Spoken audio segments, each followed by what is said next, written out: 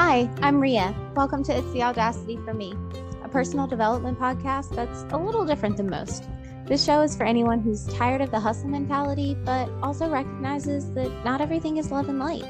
I'm here to help guide you to a more sustainable life that's in tune with nature, but also to help you see the light already inside of you. I can't wait to see you in this week's episode. Let's go.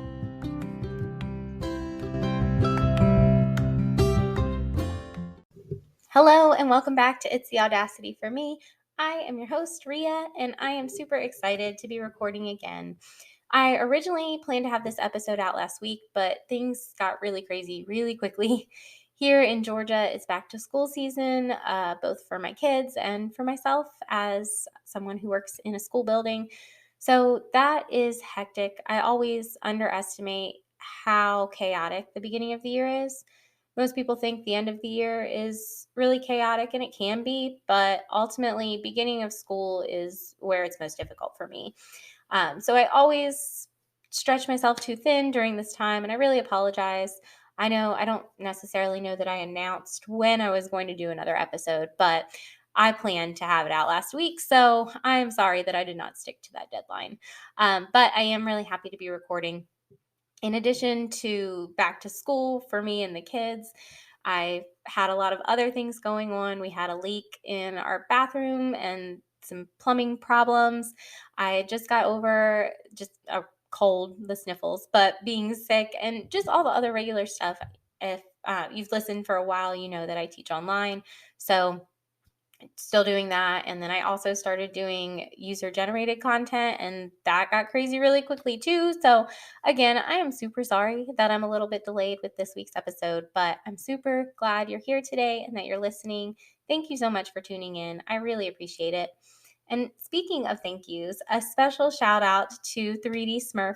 Thank you so much for your support, not only on Patreon, but also just all of your encouragement is so appreciated.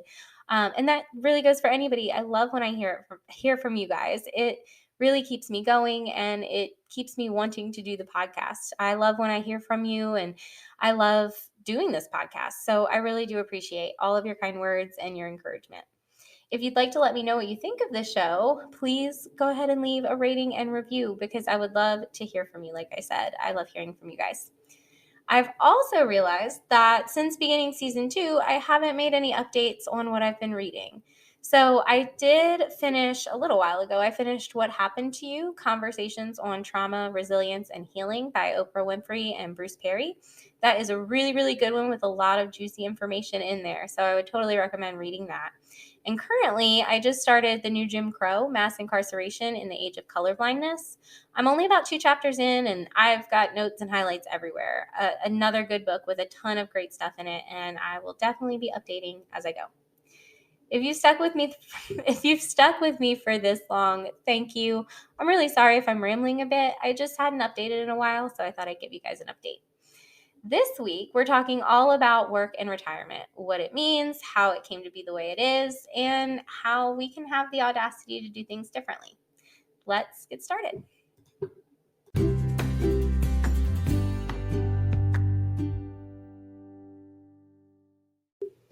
Work is defined as an activity involving physical or mental effort in order to achieve a result. Throughout history, evidence of work for compensation is seen all the way back to Neolithic times. On a somewhat side note, part of the reason I love doing this podcast is because I love learning new things, and I have that opportunity here. In my research for this episode, I came across this really cool article about the history of compensation.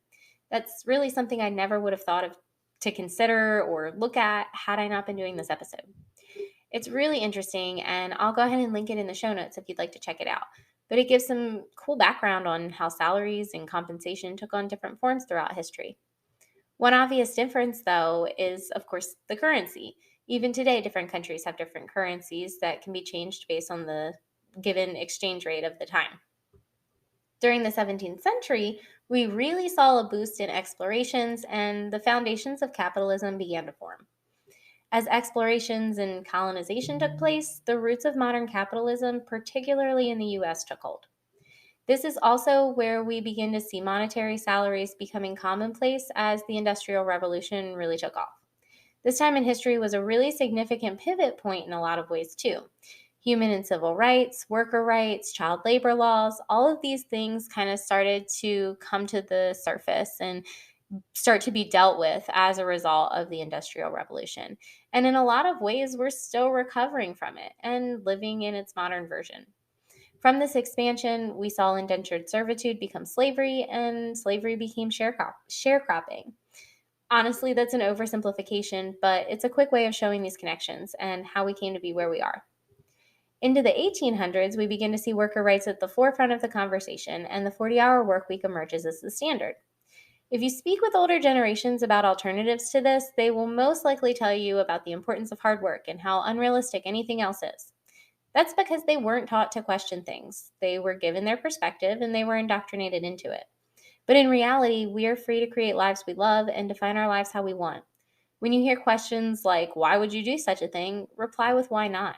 There's not much they can say back that doesn't have a good answer. Most recently, though, we've seen the emergence of more flexible working environments, gig workers, and just general options outside of your traditional 9 to 5. Just like the Industrial Revolution wouldn't have been possible without technological advances, this type of new work would be significantly less possible without the advent of the internet and the technology that we have today. With less traditional work options becoming more common, it might lead you to ask, what exactly does work mean?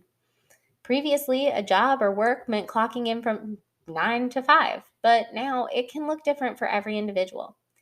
Going back to the previous definition, work is effort, mentally or physically, to produce a desired result. Notice that money isn't mentioned in this definition, nor does it link the amount of work or effort to the desired result. See, previous generations defined work with boundaries that never existed. No one ever said that work meant money. No one ever said work had to be hard. And no one ever said that work and fun are mutually exclusive. And if you don't believe me, here's a great example of how I can totally flip that on its head. I love to hike. And if you follow me on TikTok, I think I've shared maybe like one or two places I've hiked. But if you don't know this about me, I love hiking. I hike to produce a desired result. I love seeing different views and exploring different areas and getting out into nature and seeing animals and having exercise and fresh air. I mean, there's a lot of results that I get from hiking, and all of those are desired. Those are why I go hiking. Now, hiking does also require physical effort for me to achieve the desired result. I wouldn't be able to do any of those things if I weren't putting in the physical effort to hike. So, under the definition of work, hiking is work. This is work. But I'm not getting paid to do it. I'm having fun when I do it. I'm choosing to do it. I can spend time with my family when I do it. And it's still considered work under the definition. So, next time someone tells you you're working remotely or having your own business isn't a real job or real work, just refer them to the actual definition of work. Now, if we know how to define work, then how can we define retirement? Retirement is defined as the decision to leave the workforce, traditionally for a particular reason, such as age or health. Nationally, here in the US, the retirement age is 65, and it's around that general age throughout most of the world. If we've redefined work and we can see other options outside of the traditional 9 to 5 in person office situation, then retirement might look different too. Again, this is another situation where there's boundaries set that aren't actually real. Now, there are kind of in terms of retirement age as it relates to certain types of benefits and retirement plans. I'm not referencing those specifically. I understand that you might have to wait to a certain age so that you have the money to retire, especially as the traditional 9 to 5, 40-hour work week is set up and kind of how that savings accumulates and things like that. I'm not referencing that. I'm more referencing the general concept of retirement and how if we brought in what we're looking at, if we're looking at it outside of a 9 to 5 job, then retirement should look different too, because that retirement age is based on the job, right? So, going back to the definition of retirement, the decision to leave the workforce. While this particular reason may be more traditional due to certain plans or pensions or whatever, meaning retiring at 65 or around that age, does that have to always be the reason? Does age always have to be the reason for retirement? Do you have to follow the traditional rules of retirement? Why do you have to wait to 65? Again, of course, I know older age, it might be the reason for financial reasons, but it also can present problems in certain careers. So if you're doing, a career where some of the, I don't want to say symptoms of old age, but let's say if your hands are a little shaky and you're a heart surgeon, I can understand why there might be an age limit or maybe like a competency limit. I'm not really sure how to word that. But I can see how older age could potentially present a problem. Um, Although I think it should be based on individual circumstances. Either way, young or older, it shouldn't matter. But I'm getting off on a tangent. Why couldn't you retire at 20? Why couldn't you retire at 30 or 40 or 50 or 65? Why is it this uniform age? I guess is kind of where I'm going. If retirement is the decision to leave the workforce, and regardless of other circumstances, it's a decision made.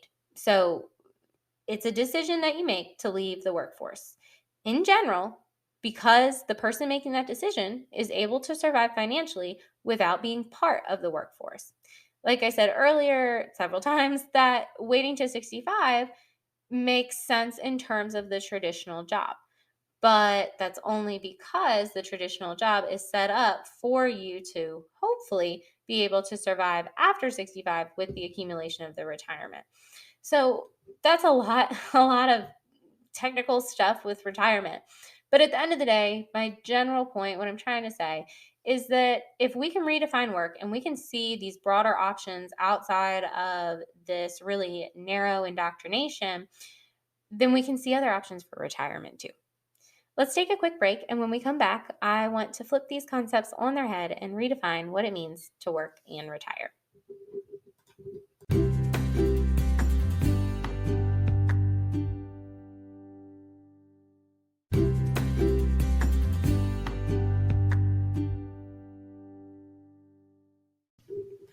If work is putting an effort to produce a desired outcome, what could that mean as it relates to our financial lives? If the desired outcome is to survive financially, what are our options in terms of the effort that we put in? The first option people traditionally think of is get a job. But if we've redefined work, that could look however you want it to look. Could it be a job hiking as a career? Could it be painting beautiful pictures you love?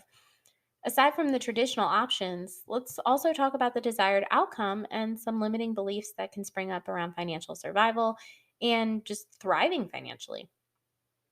So, my first question, do you have to work, as in put in effort for a desired result, in order to survive financially? Well, not really, as work is traditionally defined. Think about things like inheritance. You could argue that you might have to put in physical or mental effort to file paperwork or whatever effort that goes in with that, but it really still would go against the traditional idea of how people have defined work or effort. There's also the option of a lower cost of living. If you have a lower cost of living, you don't need as much financially to survive, right? Barter systems, communal living. There's ways of surviving and thriving that don't depend on a traditional paycheck.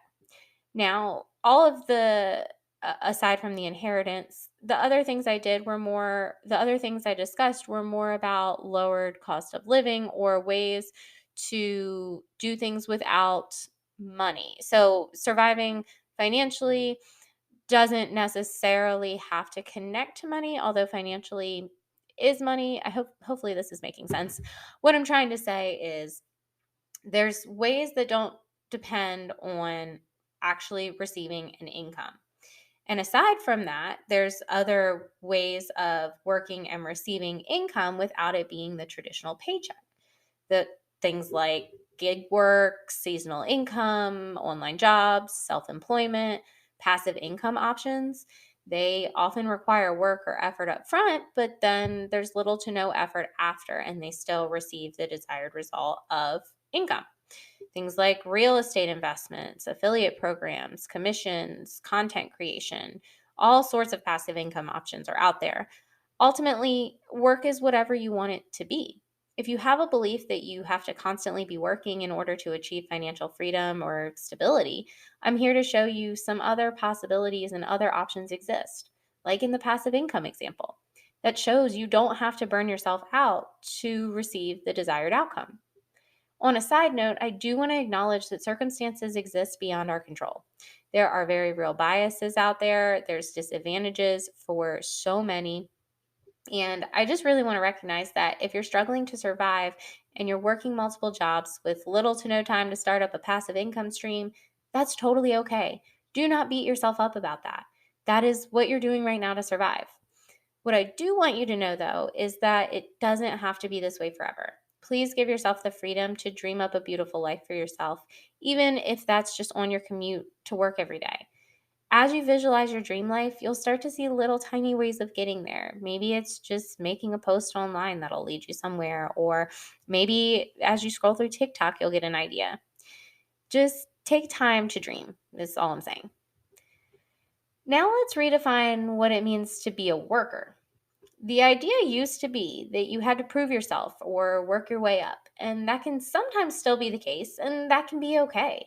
Sometimes there's jobs where you really do need to prove yourself and work your way up for safety reasons or things like that. Where this goes awry, though, is when it turns into sacrificing yourself in order to prove yourself. If you have to sacrifice yourself for a job to understand your worth, then they're not worth working for. You should be able to prove yourself without sacrificing everything else in your life. You also have the freedom to do with your time what you want. You're choosing to work there for the desired outcome. If the job isn't producing the desired outcome, or just in general, if it's not a good fit for you, understand that they do not own you. You are free to find somewhere else. Go back to redefining work and look at how there's tons of different avenues you could go. You can do what you want with your time, and the desired outcome doesn't always have to be money, is what I'm trying to say. The desired outcome, just like with hiking, I don't just go hiking for the exercise. There's a lot of results or outcomes that I benefit from. So consider some other desired results or outcomes from your job or career. It might be helping you or keeping you afloat financially, but mentally, it might not be producing the desired outcome. So just consider other things beside the paycheck.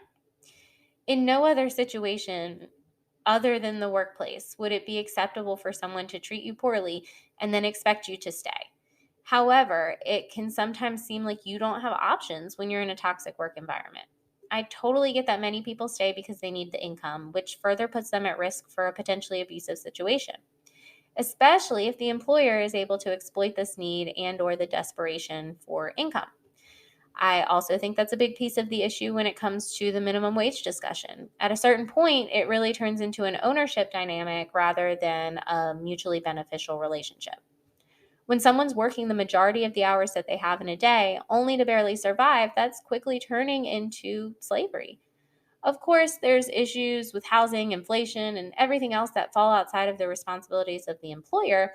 But again, everything is connected, and the salary that they're paying for the majority of someone's life should be something they can survive on, and not only survive, thrive.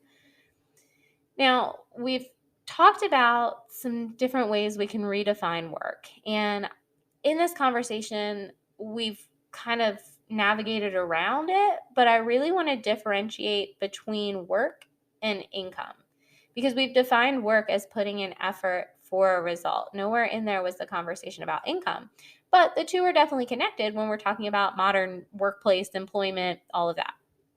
So, what are the stories that we're telling ourselves around work and money? What are some things that maybe are unconscious for you that you might want to reflect on? Do you have a belief that maybe you have to work a lot to have a lot of money, or that money somehow makes you worthy, or working harder makes you worthy? Really take some time to think about some things that might be preventing you from pursuing some of your dreams. And we will take a break. And when we come back, we'll talk more about redefining retirement and how we can take actionable steps to implement some of this in our own lives. See you in a sec.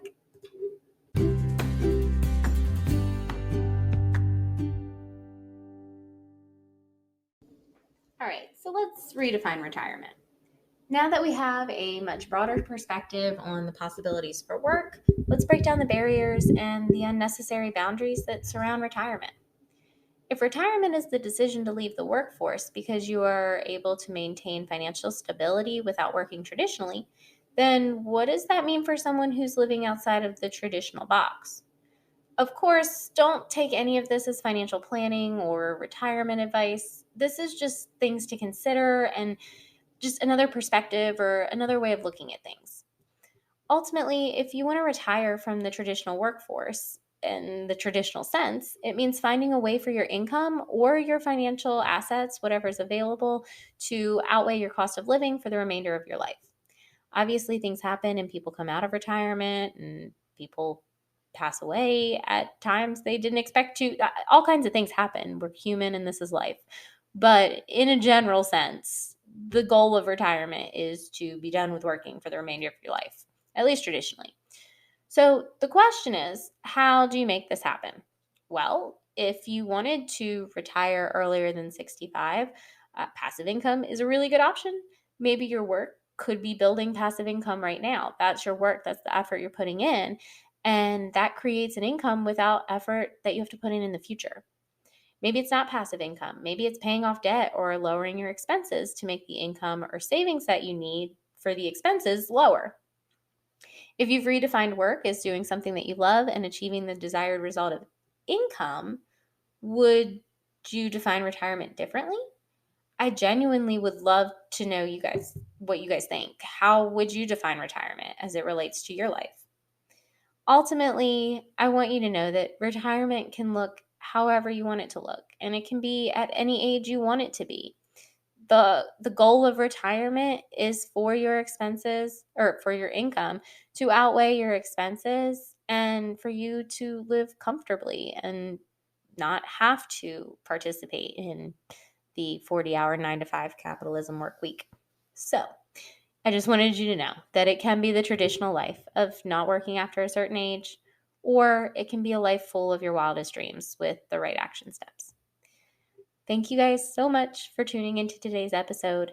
If you enjoyed today's episode and can't wait to hear more, check out the Patreon where you can see what's coming soon, access bonus content like extra episodes and videos, and of course, a personal shout out from me on the podcast. I hope you guys have an amazing day. I'll see you next time, friends. Bye.